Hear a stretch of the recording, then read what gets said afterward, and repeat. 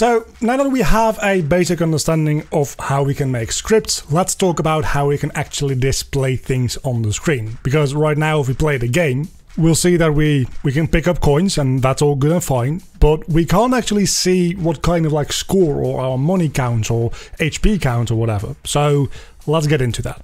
The first thing you're going to do in your content browser is you're going to, in a separate folder, it doesn't have to be a separate folder, but it's good to be tidy. We're going to make a widget blueprints. So in that folder, we go user interface, widget blueprint, user widgets, and then we give it a name. In this case, let's just call it hot widget blueprint because it's going to be the heads-up display, things like our HP, maybe the level name or level number. But most importantly for what we're doing right now is displaying our coin counts. Opening that up gives us this canvas where we can, if we want to, just like drag in a button and this will be a button, but then we can't really do anything else with it and we don't really know what it appears like on screen and stuff like that. So, and since we want to display multiple different things and we want it to be the heads-up display here, we're going to first add a canvas. This is a representation of your game screen. So now that we have a canvas here, we can drag in a bit of text and we have a text block and we can put that wherever we want on the screen. So we can put anything we want into this text block. So let's say coins, and then we'll say coins. But how do we actually display the number of coins we have? Because we can't very well make a separate text for coins 0, coins 1, coins 2, coins 3, coins 4, and so on and so forth. That just doesn't really work. Luckily, there is an easy solution for that. If you go over to this text, you can see this bind menu, and we can create a new binding. And now we have a event graph looking thing. We've got an input node and an output node. So here we can put in some node trees to make the text whatever we want. So let's get that started. We are looking to get the coin value from our player character. So we can get player character, and then we can use that to cast to blueprint third person character, as we did in the coin the last episode as well. So we use this as the object reference, and then we can get the score value we made last time. So now we have the actual number of coins that we have collected in this widget blueprint. So now we need to combine that with a bit of text and put that into the return node over here. So what you can do is adding a new node called append, and you're going to use the append string variation. And this will allow you to add multiple strings together into one long string, which will then be able to go into our return node. So we can type something like coins into this first one, adding a space, because otherwise there will be no space between the colon and the actual number. And then we can just drag this into the B slot. Again, it will make an automatic conversion from integer to string, and we don't need the other two pins, but it doesn't really matter. Then we can put that into here, which will also add a conversion node from string to text.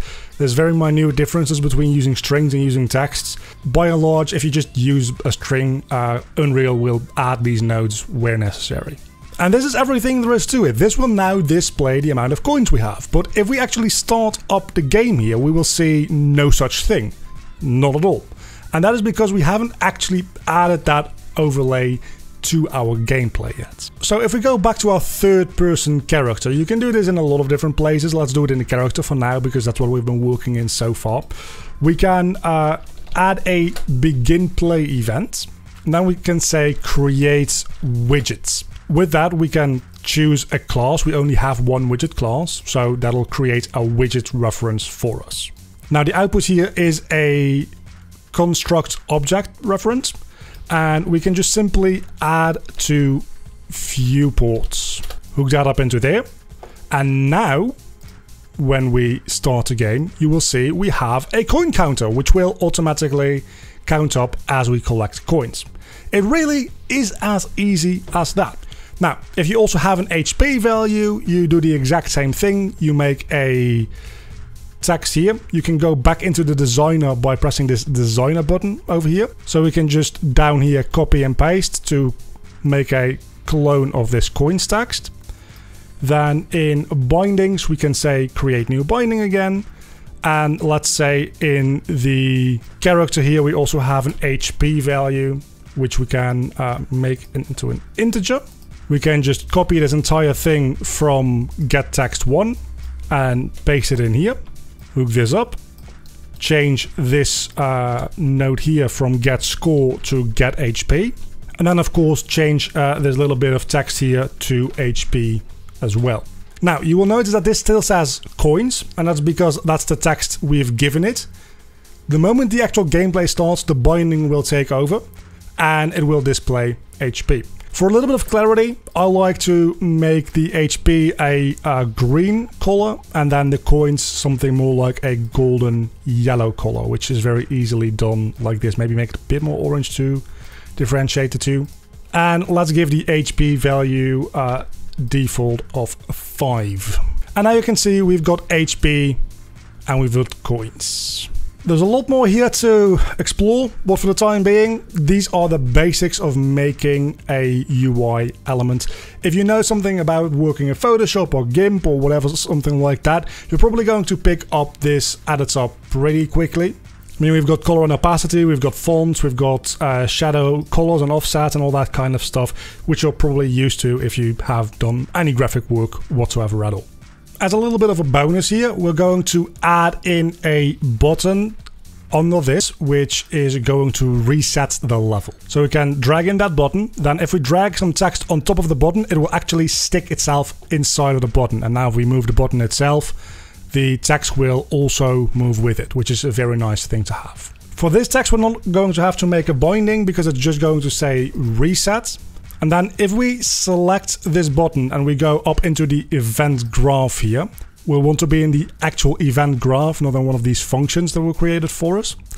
And we can see a pre-construct event, event construct, and event tick. Event construct is like begin play, but for the construction of the UI elements.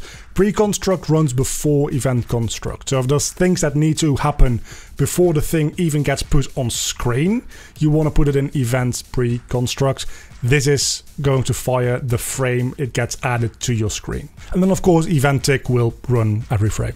But with the button that we've just made selected, we see down here we've got a couple of options on different events that we can add. On clicked, on pressed, on released, on hovered, or on unhovered. So we're going to go with the on clicked event. The difference between on clicked and on pressed is clicking is pressing down and releasing on the same button. You can do an on press, which will trigger the moment you press down on the button. You can do on released, which will happen the moment you release while hovering over a button. On clicked requires you to already be on the button, press down, and still be on the button when you release, if that makes any sense.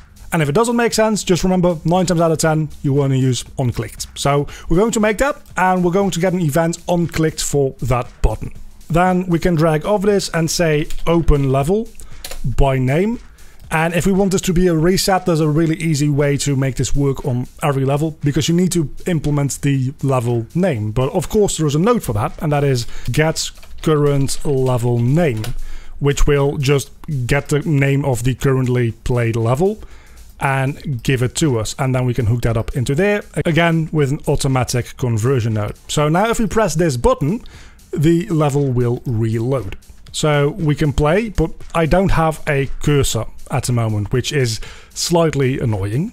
In the editor itself, if you press Shift F1, you will get your cursor back, and then if you click on the actual gameplay, your cursor will disappear again. So Shift F1, we get our cursor, we can press the button, and it reloads the level. And with that basic knowledge, I would give you a little bit of homework before moving on to the next video, and that is make an object, which will prompt you with an end level screen that will allow you to replay the level at the end of your actual level. Next time we're going to get a little bit more into the designing of the actual level and making the game just a little bit more fun to play.